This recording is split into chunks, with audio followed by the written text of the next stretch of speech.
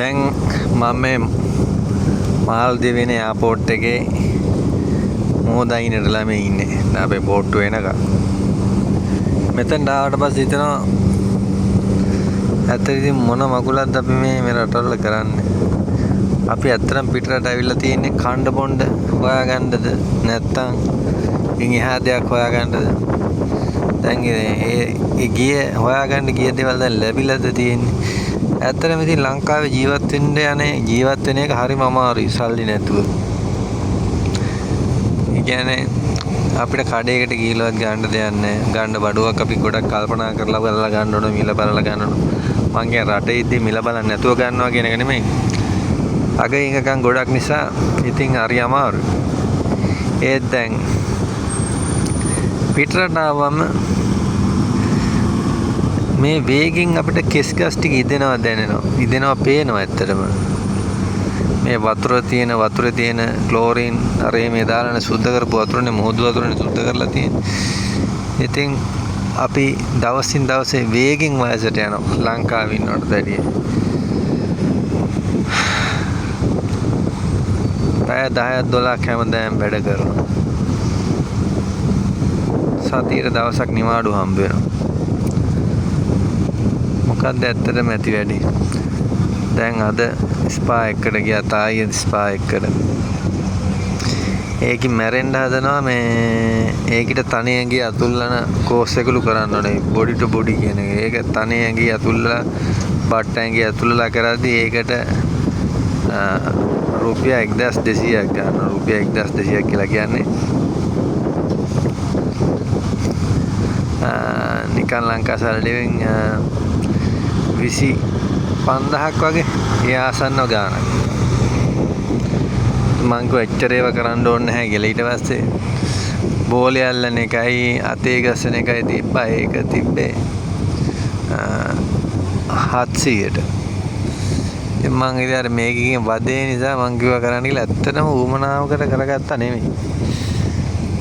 ඉතින් රුපියල් මසාජ් එකටත් 15000ක් විතර ගියා. ඉතින් 30000 ඇත්තටම තේරුම් ගන්න. මම අර මේ මාලදිවයිනේ මේ තායි මසාජ් එක්ස්පීරියන්ස් එක නැති නිසා මම ගියේ.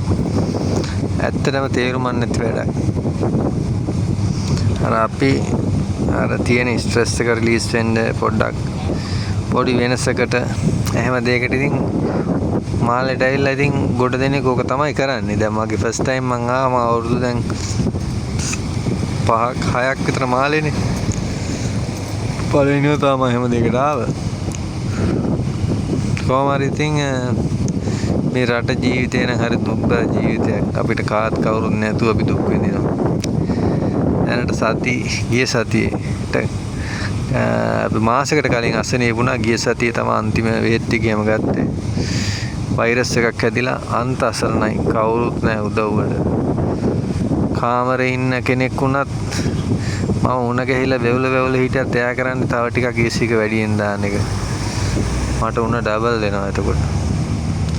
තව කෙනෙක් ගැන තව කෙනෙක් හිතන්නේ හරීම කැත මිනිස්සු ඉන්නේ. ඒ කියන්නේ කතාව අහනම් මගේ අම්මා තාත්තා මට ආදරෙන්නේ නැති තරම් ආදරයක් පෙන්නගෙන තමයි කතාව අහ කරන්නේ. ඇත්තටම ඉතින් මේ රටේ ඉන්න අපෙන් ගෙවල් වල උන් හරි වටේ ඉන්න උන් හරි හම්බ කරන් කනවා මිසක් ඇත්තටම අපි හුරන් කනවා මිසක් හම්බ කරන් කනව නෑ. අන්තිමට අපි කාලා බීලත් නෑ හරියට බැලුවොත්.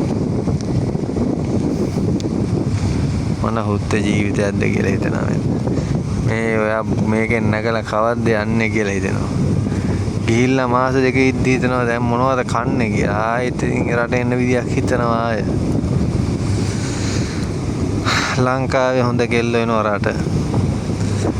ආවුදා ඉඳලා මිනිහෙක්ගේ හවුහරණක් ඕනනේ. ඒ හවුහරණට හුයිලව්ව ගෙවන්නේ හුත්තෙන්. අනිවාර්යෙන් උගේ හොර ගෑණි වෙලා තමයි නතර වෙන්නේ. එකෙක්ගේ හොර ගෑණි නෙමෙයි. අතේ ඇඟිලි ගන්නට වැඩිය භාවිත වෙනවා. අපි දැකපු දේවල් ඉතින්. මොනවා හරි අයියා මල්ලි කියලා හරි පාවිච්චි වෙනවා. ඔක තමයි ඉතින් ඇත්ත. ඇත්ත හරි පිළිකුල්. ඒ කියන්නේ මිනිස්සෙක් පිළිගන්නේ නැති අහන්න අකමැති දේවල් වලින් පිරිච්ච දෙයක් තමයි ඇත්ත කියන්නේ. මාළේ ඇතුලේ බඩු පට්ට ගණන්. දැන් අපේ ෂොප් එකේ තියෙනවා නම් මොකක් හරි අපි ගන්න අයිටම් එකක් මේ රටේ සල්ලි වලින් රුපියල් 10ට මාළේක රුපියල් 30ක් වෙනවා.